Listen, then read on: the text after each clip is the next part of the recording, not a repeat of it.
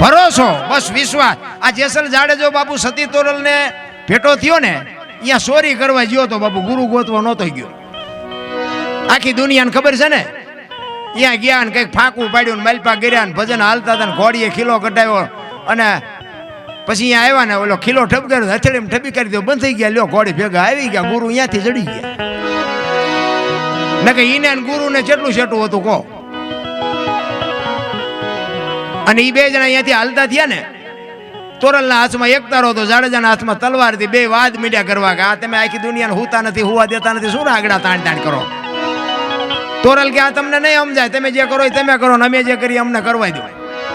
એ કે નહીં, મારી તલવાર વધે. તોરલ કે ભૂલો છો દરબાર, આ એક તારો કરી તલવાર ન કરી શકે. એ કે નહીં, કાળ ઝાડ બાપુ, કચ્છનો બારવટીયો કાળો નાગ કહેવાય. સતી તોરલ સામો લાંબો હાથ નથી કરી શક્યો. શું કામ? ભજનનો પાવર હતો તોરલ પાસે.